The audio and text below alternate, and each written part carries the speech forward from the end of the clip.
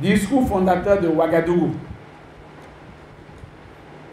Le président Macron disait à Ouaga en novembre 2017, je cite, « Je veux que d'ici 5 ans, les conditions soient réunies pour des restitutions temporaires ou définitives du patrimoine africain en Afrique. » Voilà ce qu'il nous avait déclaré en 2017.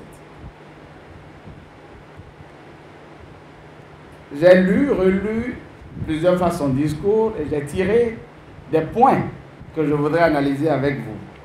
Le premier, c'est la culture comme vecteur de renouveau dans la relation France-Afrique.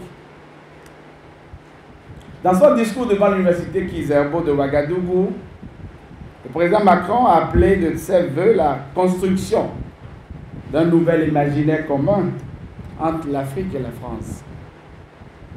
Ce nouvel imaginaire passe par des liens humains renforcés et une conversion réciproque des regards. C'est dans cet esprit que le président de la République a placé la culture au cœur du partenariat renouvelé entre la France et l'Afrique.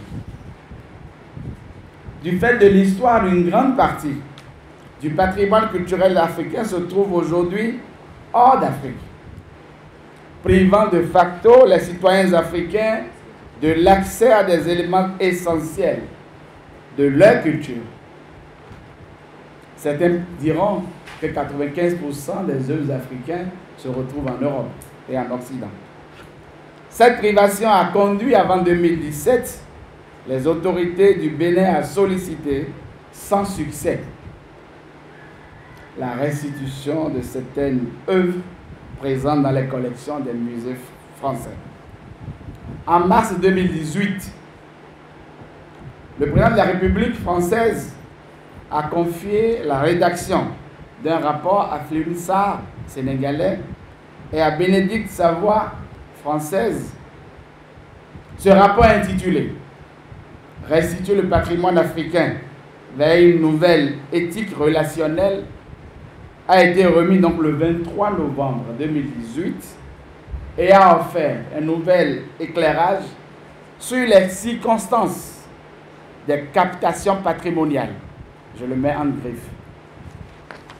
Et sur la spécificité du patrimoine africain, esquissant des propositions pour la mise en œuvre des processus de restitution.